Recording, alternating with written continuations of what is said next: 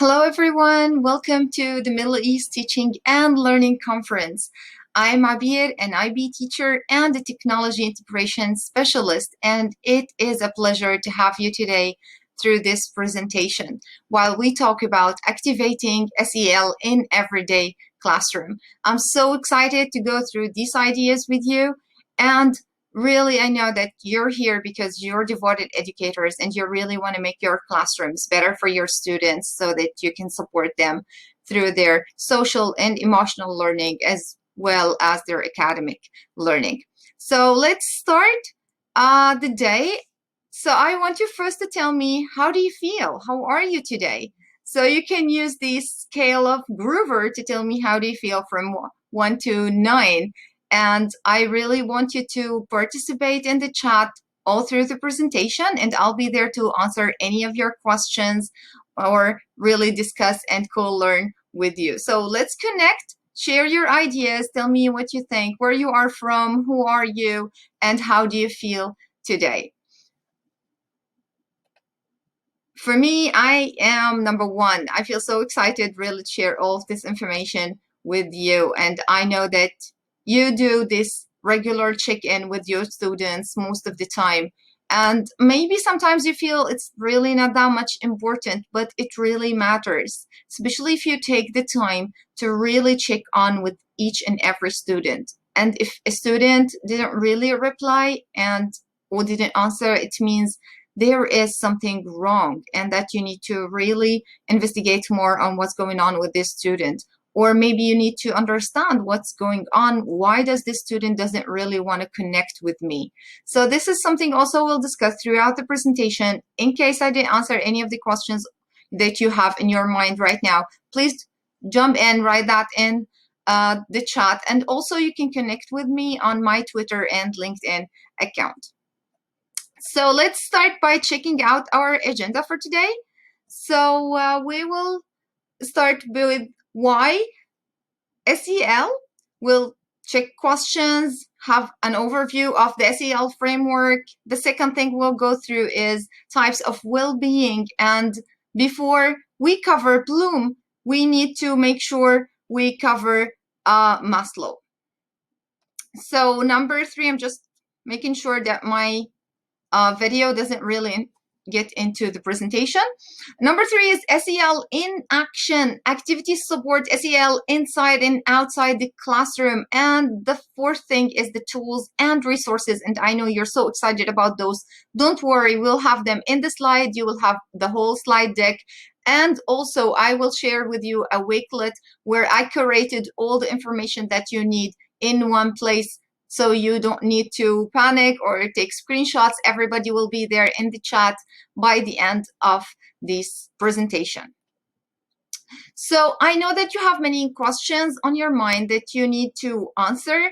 So you can just check these questions and really start to think about them. Maybe log in and write an answer in the chat, or write something that you think about now here. Or you can even share any other answers or questions that you have. So we'll discuss about what is self-awareness or SEL. What do we mean? How does this even affect our ability to learn? Why is it important in classroom? Why is it important for students? How we can do it? How we can foster this in everyday class? How we can model positive connection? And what do we mean by connection? Okay, do we mean that it's only the connection between us and the students academically, or do we need to get more involved and really getting students feel more belonging into the classroom? Now, what is social emotional learning? Now, I know that many of you heard of SEL a lot, and maybe especially in the pandemic where people really focused more on taking care of the kids and making sure that they feel well and welcomed. So on the screen, you can see the definition from Castle, and there are also many other definitions that you might know. But for me, I think it's the process through which we learn to recognize and manage emotions. It's about caring about others, making good decisions. It's about making ethical and responsible decisions. developing positive relationships also, and avoiding negative behavior. So Castle also had this long, very specific definition of SEL, and Castle is the collaborative for academic, social, and emotional learning. They are the first who talked about social emotional learning long time ago, I think more than 25 years ago. So also you can check their website for more details, more ideas, and we'll get a little bit deeper look into SEL and what is it by looking at the SEL framework. And if you check it out here, I know it might look like, oh my God, this is a lot of information. We'll get into a video where it's more explained in depth, but I need you to focus on how much this is important to have connections between the school, the classroom, the school, everyday life, families, organizations, and society. So let's watch a video by Castle that sets out the core competencies and the key settings for what is SL and what knowledge that we need to know. So I'll leave you with this video.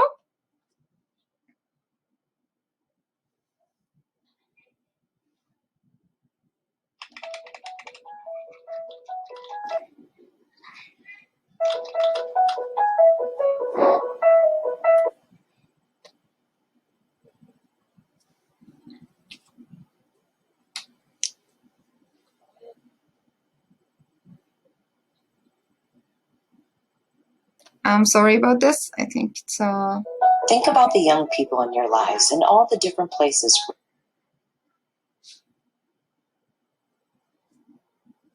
where they're learning about themselves, how to relate to others, and work together on goals. How can we intentionally create learning experiences that will help all young people develop and maintain positive relationships, become lifelong learners, and contribute to a more caring, just world?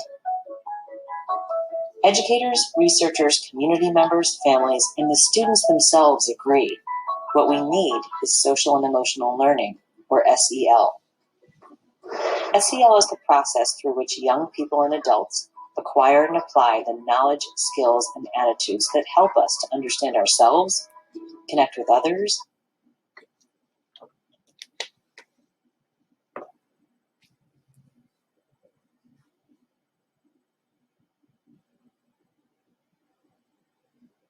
achieve our goals, and support our communities. We all need opportunities to learn and engage in environments where we feel safe, valued, and a sense of belonging. So how does SEL help schools, families, and communities work together so that all young people have these kinds of learning experiences and achieve success in education, careers, and life? Castle's framework identifies 5 areas of competence that together help us develop a healthy sense of who we are, manage stress, understand the views of others, and work together to create schools and communities where everyone can grow their strengths and interests. Self-awareness is about how we think about ourselves and who we are. It includes understanding our culture, our thoughts, feelings, and what we believe we're capable of, and understanding how these things can influence our behaviors and beliefs. Self-management is the ability to manage those emotions, thoughts, and actions in different situations so that we can achieve individual and collective goals. This includes coping with stress and anxiety, persevering through challenges, and taking action to create positive change. Social awareness is how we understand others, how we learn to take different perspectives and empathize even with people who are different from us. It also includes understanding how the broader norms and systems around us influence how we develop and create a sense of belonging. Relationship skills are how we connect and engage effectively with others, and how we form lasting friendships and connections. This includes communicating clearly, solving problems together, managing conflict and disagreements, and standing up for ourselves and the rights of others. Lastly, responsible decision-making is how we put it all together to make caring and constructive choices. This includes thinking critically about consequences, analyzing the impact of our actions on ourselves and others, and identifying solutions that support our collective well-being. We continue to develop and practice SEL throughout our lives and can adapt and apply these competencies across different contexts and cultures. How we develop SEL is impacted by our environments, which is why we need to work together across classrooms, schools, families, and communities. In the classroom, students can be explicitly taught SEL skills and also can practice and apply SEL during core subjects, like discussing different perspectives in social studies and language arts, or collaboratively problem solving in science or math. SEL is most effective when supported by evidence-based programs and trusting relationships where students are treated as partners in their learning. Beyond the classroom, SEL can be intentionally promoted throughout the school experience, from the way they're greeted in the morning to how discipline practices are carried out, and how adults themselves develop and model positive relationships and the SEL competencies. Outside of school, families and caregivers provide the earliest and ongoing learning and interactions for their children, so it's important that schools listen to and authentically partner with families to help shape SEL priorities and strategies for supporting their children. Similarly, when schools partner with community organizations to align their efforts, SEL opportunities can be strengthened and students benefit even more. With SEL, we can help create schools and learning spaces where all young people feel connected, inspired, engaged, and ready to contribute to the world around them.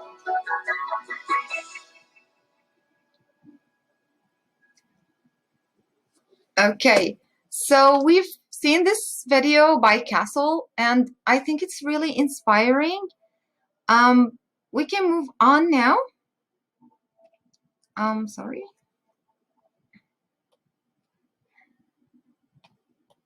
I think that, yes, this is an exercise that I want you to do. I know it's a lot of information. You got to learn about the framework. So let's do this mindful activity for only 30 seconds.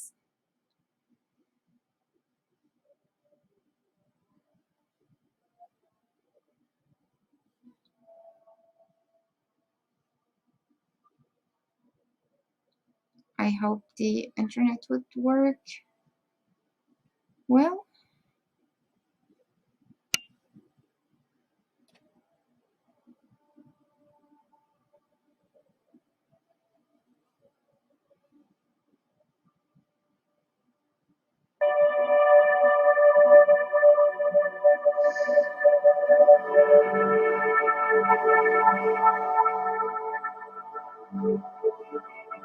So just try to hold, breathe in and out with the box.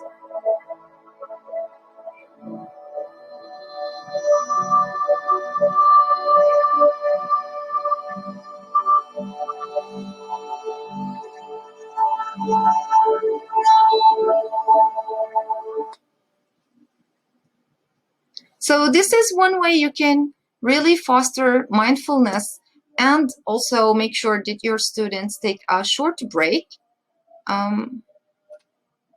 Sorry. Okay. So what benefits do I have from SEL? What are the benefits of it?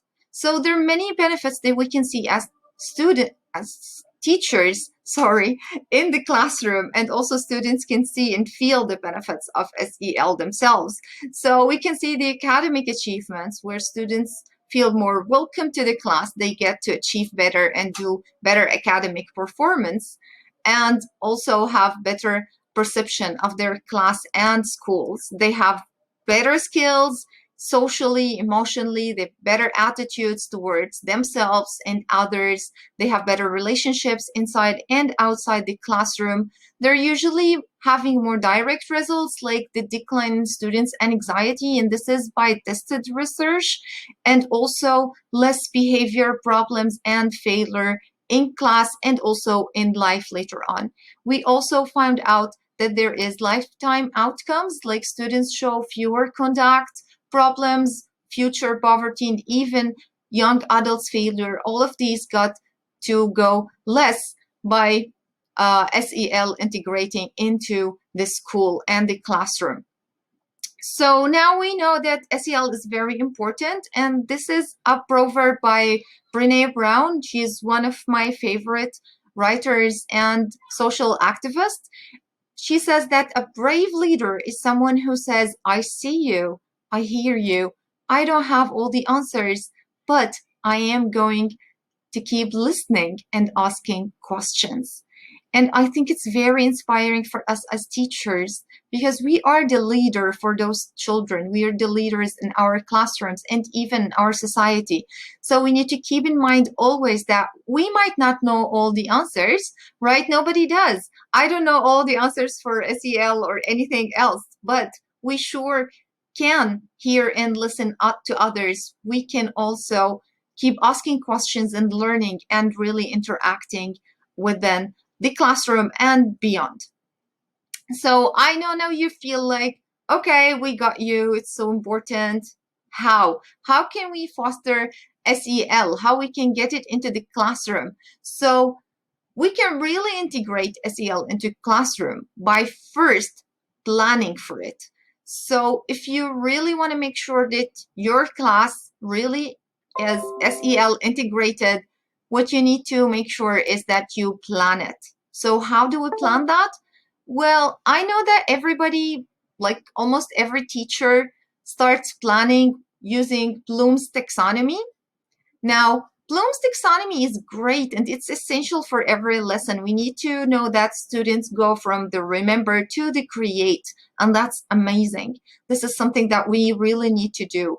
But also, we need to think about Maslow's pyramid of hierarchy. So, we need to think about the students' psychological needs, safety needs, love and belonging, their esteem, and then we can help them reach self actualization. How we can do that? By planning it. So we need to make sure that our students go from one level to the other, just like we do with the Bloom's taxonomy. So as you move your students from the remember phase to the understand phase, you need to make sure that your students are psychologically, their needs are fulfilled. They drink water, they had enough sleep, they got a good meal, a healthy one, they're not feeling cold or extremely hot. You need to make sure that your students are really feeling well, psychologically, I mean. And then you can move on to the next step and see, do they feel safe? Do they feel safe in class? Do they have like security in their personality? Are they secure at home? Are they secure in their society? Are they healthy? Do they have healthy relationships with their friends? Are they scared that maybe they will get bullied by some other people? So you need to make sure that their safety needs are accomplished, and then you can move on to the love and belonging and make sure that every child in the class feels loved and he feels like he belongs to this place, he belongs to his class, belongs to his friends, belongs to his community, to his family. If you feel that, if your student is not really feeling like he belongs, he will not answer his check-in questions, he will sit aside, he will not really interact with you even academically. He will feel like, oh, I don't love math, I don't love science. But you need to know why. Maybe he doesn't feel like he belongs to this class because usually he feels less than his friends, or because somebody laughed at him because of the way he talks and the language that he is learning. So we need to understand that. We need to get those students to feel more connected to their classroom, and that's usually by building more teamwork, really getting them to understand that they belong here, really getting to hear them, to actively listen to them, and we'll get to that later on in this presentation. Then we can move on to their esteem. How do they feel about themselves? Do they have self-respect? Do they have a good self-esteem? Do they trust themselves? Because most of the time, and I think that you totally agree with me on that, because you as educators, you've seen that a lot. You have student who says, I don't know how to do this math thing, or I don't know how to speak, I don't know how to write, I cannot do this homework. And usually the reason for that is something they feel about themselves. And so we need to really get into this by really understanding them, and there are many other methods into going it, but we need to understand that this need is not fulfilled for this student, and so we can work hard to fulfill it for everyone. We can just add activities during classes where we teach them how to trust themselves, how to love themselves, how to be more strong, how to change their mind. And also mindfulness is really important. They need to breathe, get ready to feel like, okay, we're free to think, but we also need to understand ourselves better. The last level is self actualization, and that's the desire to become the most or best of the one we have. And then I think that some schools, especially like IB schools, where students are taught how to put a goal for themselves and then try to achieve that goal. And then they are taught how to set goals for life, set goals to support and help others, and to help their society. And so they will be really active later on and not passive citizens in their societies. So as we got this, and we know that we will check out the Maslow now pyramid, just remember that the most impactful learning happens when students have their basic needs met. So if their basic needs are met first, they will be ready to learn. They will be ready for the Bloom's taxonomy. They'll be ready for the academics. So now let's get to understand the 4 basic types of well-being. As you saw in the framework, there are 4 main parts of well-being that we need to focus when we are dealing with SEL. When we understand them and recognize these core needs, we will help students in a better way. So the first one is physical need. So we need to make sure that our students, as I said, they have the exercise, the nutrition, the health, and the sleep. The second one is the social, the family, the friends, the community, the connection.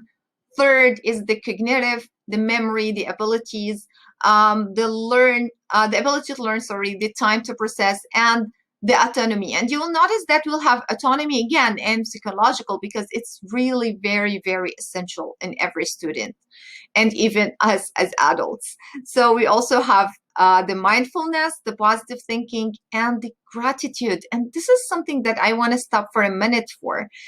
We just had a very short, and I'm sorry the video didn't work well, for the breathing. It's really important to take like time or a break every 10 or 15 minutes to breathe.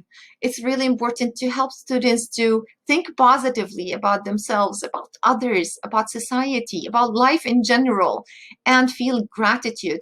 You can just use the activities where we just write gratitude. You can have the gratitude tree in the classroom. And I had that, and I cannot tell you how much impactful it was on my learners. They really loved it. They had this gratitude tree where they just write notes for each other, like, thank you for helping me. Thank you for being there for me in the playground. Thank you for playing with me. Thank you for being in my team. And all of this amazing stuff, and even ideas that students will have. You'll find students writing like, thank you for being my friend. Thank you for being my teacher. And I think that really fostering gratitude in classroom will give students the feeling of we matter and everyone else does. And it really helped them to feel more positive during class.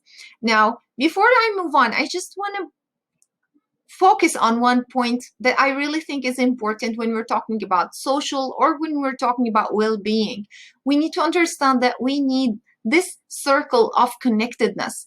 And when I say connectedness, it's not only the teacher with the student, it's also the teacher with other teachers, the teacher with families, the teacher, the student with students in the classroom. So if we can make this circle go on the right way, then we can create a chain of well-being that cannot be broken. Now, enough of me talking, let's do a little bit of work. I sent you in the chat a link for a Padlet, and I need you to just go ahead, click the link, and go to Padlet and add your ideas that you have so far. I will write my more ideas too. So I want you to write what physical, social, cognitive, or psychological activities you suggest for activating SEL in classroom. And this is something that I want to highlight while you're writing, is that BLNs, or working with other teachers, is really essential.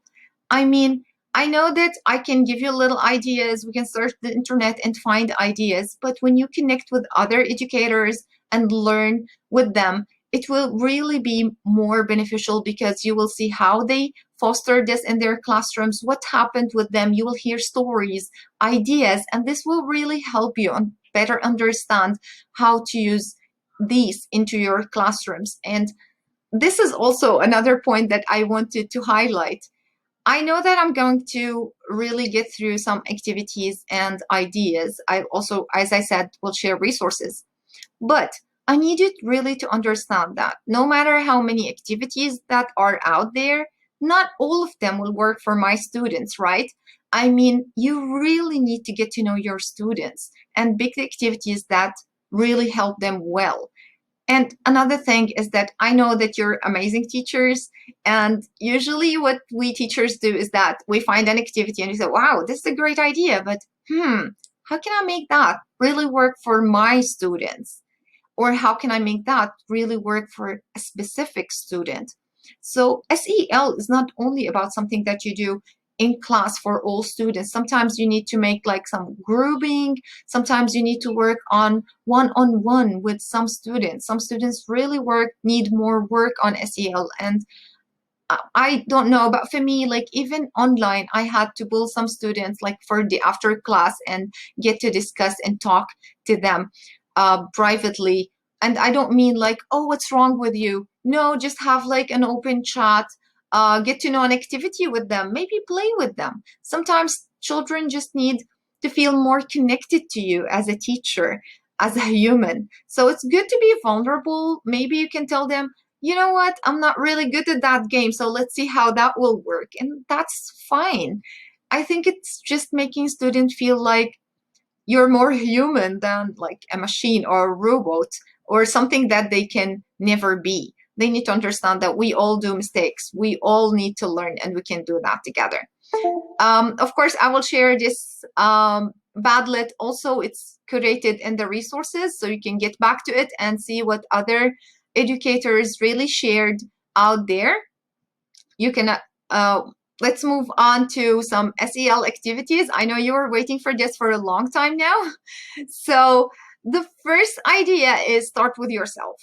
So I know that we have lots of ideas to start the year with, but we have this teacher self-assessment that I will share with you also in the chat, and you will find it in the resource. Now, in this assessment, it tells you what exactly you need to focus on. So when I assess how I did in SEL last year, I know exactly what areas that I need to work on. So this is really important. So we need to assess ourselves.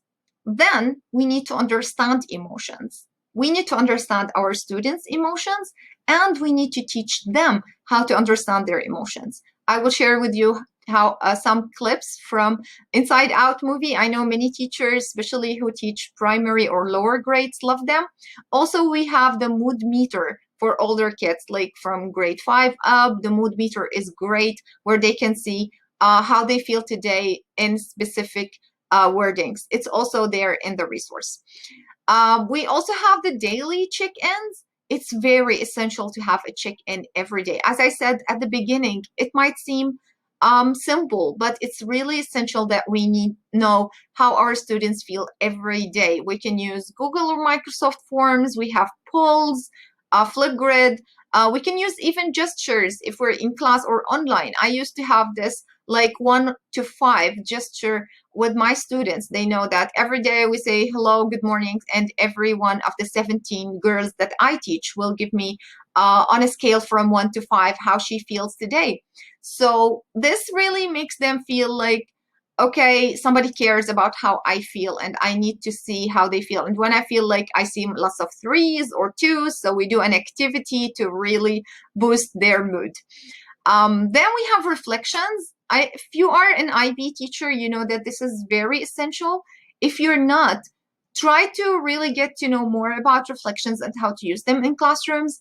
They need to reflect on their learning, on their understanding. You can use exit ticket to reflect on how well they feel about what they have learned. You can use reflections as simple as I said, as gestures. You can use, again, you can use the polls or the form that we discussed in the check-ins. You can also use these tools in the reflections. You can use Flipgrid, so the reflection can be a video, an audio, it can be written. So it depends on the age of your learner and what you prefer as a teacher too. Now, also we need to build connection, because healthy relationships is really essential in the classroom. When you have these healthy relationships where students feel like they belong to this classroom, where they have good teamwork, they have active listening, and active listening is something that's really essential.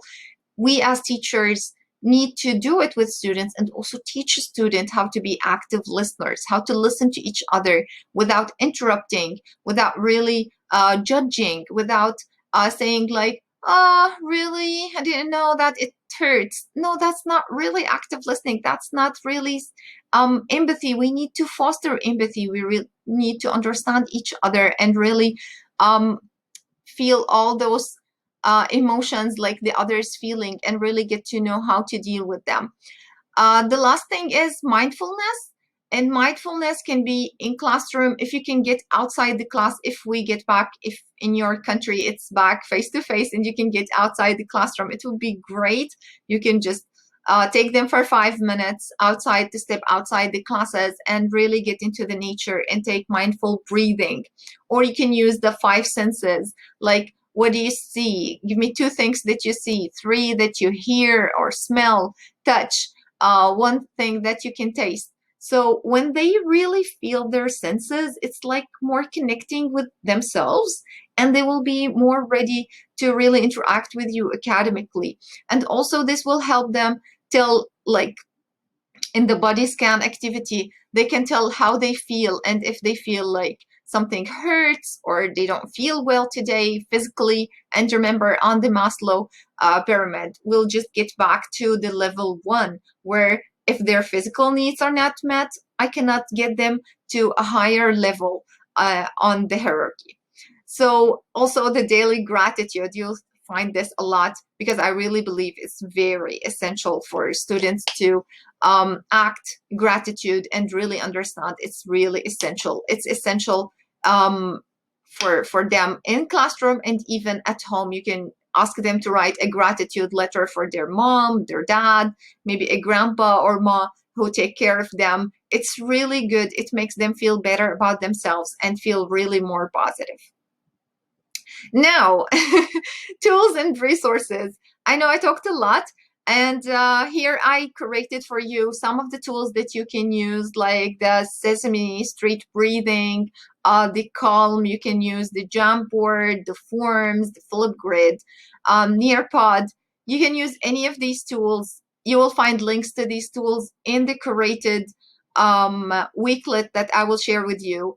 You can also find here lots of resources that you can go to read more about this.